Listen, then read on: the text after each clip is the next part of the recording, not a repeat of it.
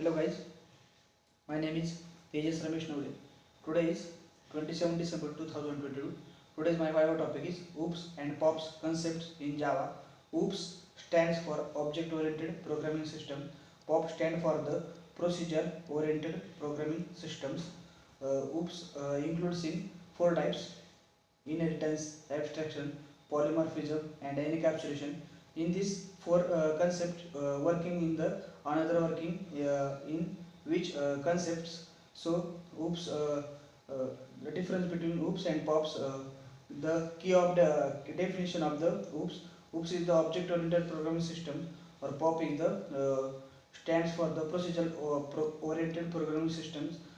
Key is the approach division in OOPS is the OOPS follows the button to approach the approach, or POPs is the follow the top button approach.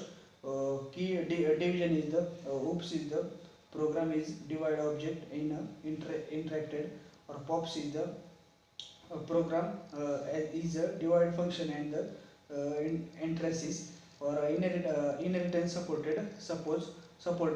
OOPS is the inheritance supported, or POPs is the not inheritance supported. So next point is the key of the access control. The OOPS access control is the supported in supported in the access modifiers, or POPs is the no access supported in the POPs concepts. Next is the data hiding.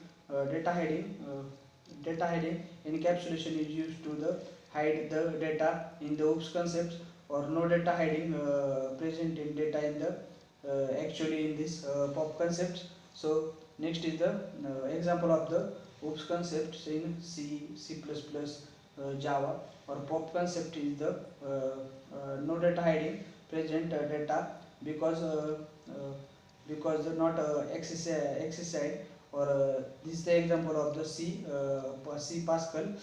In this example of the POPs concepts, so POPs refers to the procedural oriented programming, and it's the deals program the function. The deals program the function program are divided into a function in a data is a global, or OOPS concepts is the main topic is the powerful mechanism in the Java in this OOPS concept, or this is the multiple times using in this Java concept in this the OOPS concepts. OOPS concepts multiple time using the mainly project, or this is the main function in the Java. So thank you.